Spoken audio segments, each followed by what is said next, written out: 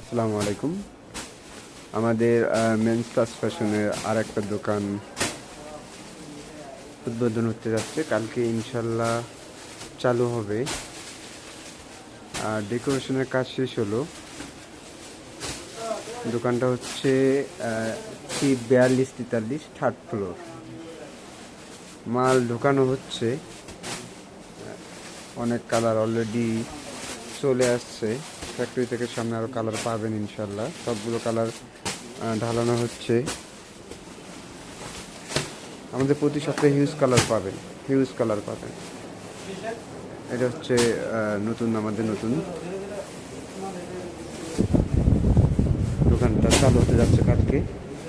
তো দোয়া করবেন সবাই আমাদের টাচ ফ্যাশনের জন্য, আর সবাই আমাদের পাশে থাকবেন।